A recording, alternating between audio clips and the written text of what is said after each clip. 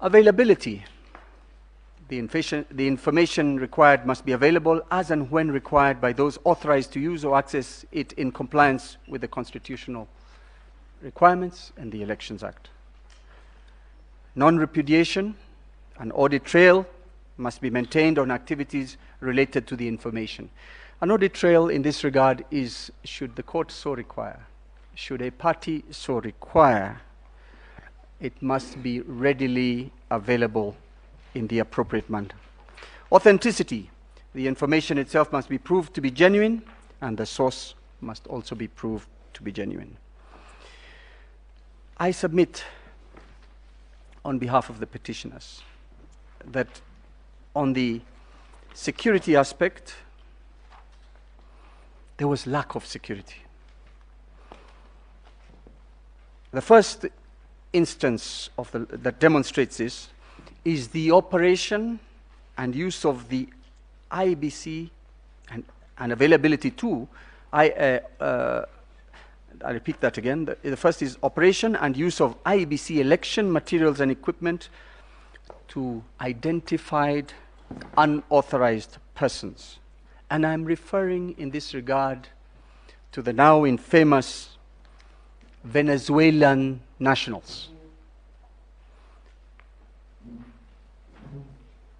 I will elaborate on that in a few seconds. The second is the penetration by way of hacking and illegally granted access of the IBC system by known and unknown persons.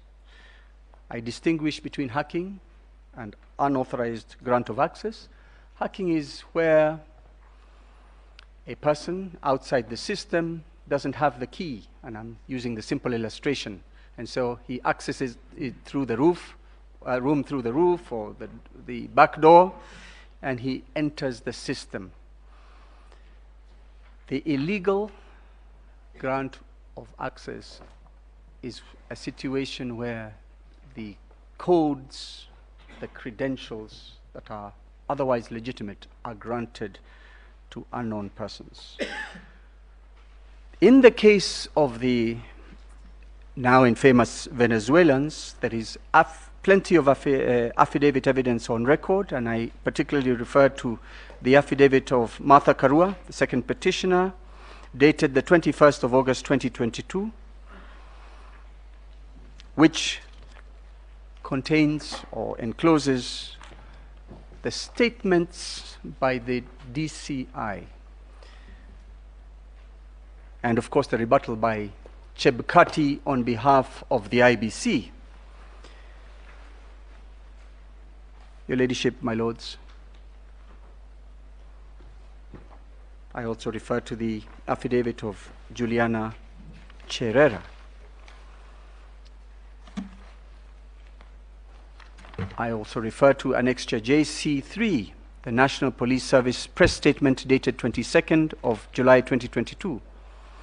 Annexure JC4, press statement by ABC Chairman dated 21st July 2022, stating that the three key personnel responsible for the deployment and management of elections infrastructure and that the three Venezuelans were employees of Smartmatic International BV.